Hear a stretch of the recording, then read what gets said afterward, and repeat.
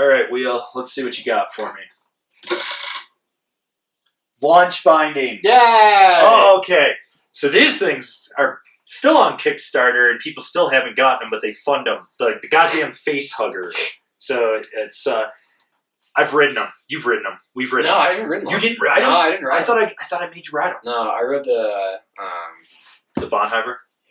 I made you write those. Oh, we'll talk about those later. Yeah. But, so the launch binding, for those of you that don't know, actually was not invented by Launch. It was, I believe, SP, before they became SP Gadgets, when they were making snowboards. Oh, yeah.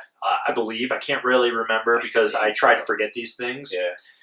But they're like a bad case of herpes, and they still come back to haunt you. Sure do. And what it was is it's a binding that opens up fully, and there's a little like step down lever or crossbar that goes under your heel, and it's hard. Yeah. And you step in it. When it does, the bindings flip up, and they're supposed to hit each other, and then the ladder is supposed to feed into the ratchet and lock down. Then you can just adjust it and tighten it back down.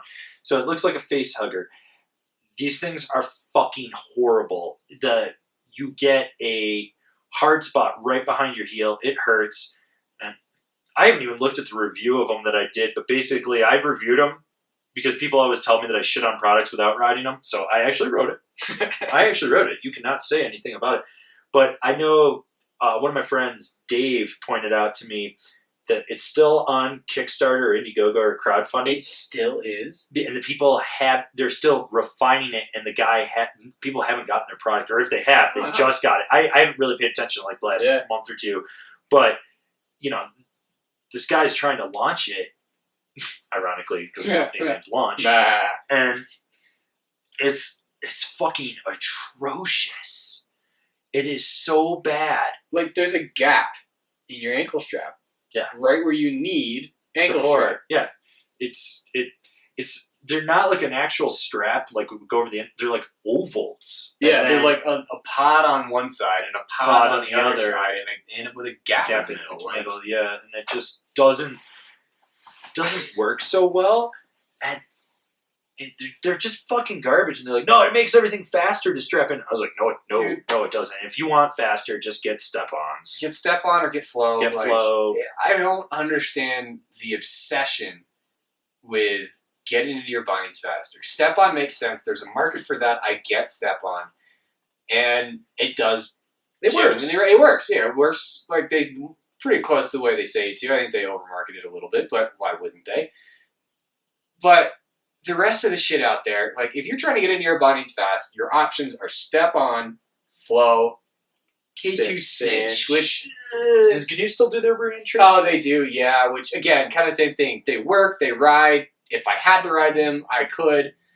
I wouldn't choose to. I think Flow's a better system, but it's not bad. So do anything made by Fast Tech in that sense. There's a few other brands that are coming out of that, but if it's Fast Tech, they're rideable. I prefer other stuff.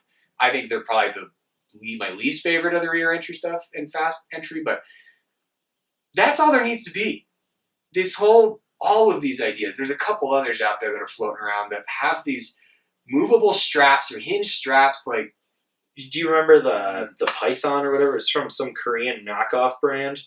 I don't know. A bunch of people got really, I think they were Korean, they got really angry and left a bunch of hate comments on the website telling me that I shouldn't review the product before I shit on it. I was like, well, this isn't a review. This is a critique. There's a difference. Yeah.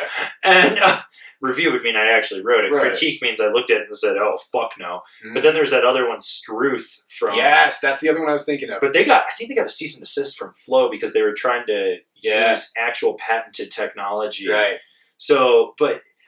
these fucking things, and they're heavy as fuck. Yeah, and that's the other crazy thing. And you got more moving parts. Exactly. Like, that's what I was just going to say, is bindings have gotten simple, and that's good, because simple things don't break. So you're going to start adding a bunch of hinges, a bunch more hardware, a bunch more shit. No, stop. That doesn't make things better, it makes things worse. Yeah, the thing with bindings is the simplicity of it, that you understand a toe strap, a heel strap, a high back that folds down, less moving parts. You need the minimal amount of moving parts, and these guys are adding more moving parts. So instead of having just a ladder and a ratchet, now you've got this side piece that flips down, so that means your chassis is double wide with a hinge. Mm-hmm. So you've got 2 hinges now that could break. You've got a lever across the back that you step on that you could break, you know, or it'll come dislodged in, I mean, heavy snow, powder, Yeah. you're fucked. Yeah. Yeah. Imagine trying to step into those in POW. Yeah. Nightmare. Yeah. Just not fun. Those things are fucking hideous. And it is such a bad idea. And it's such bullshit. And I will guarantee that the owner of Launch will reach out to me after seeing this video. Probably. I rode their boards. They weren't bad. Yeah, I remember that. Didn't we had a friend that Did they ride for them? didn't Kevin? Which Kevin? Black Kevin. Oh, they tried to give him a board. Pseudo sponsored or something like that. They gave him a board. Yeah. He's sponsored because he got a free snowboard. I didn't know what level it was. I don't know. I haven't talked to Kevin in forever. Yeah. He's dead to me. And I'm okay with that. It's one less Kevin, which is actually the main export or highest concentration. Highest concentration of Kevins is in the U.S. There are, upwards of 27 Kevins per square mile in the U.S. in metropolitan areas. Yes, according to The Onion, which is a very credible news source. More credible than Twitter. Yes. So, well. Anyways, we're going to move on to the next subject.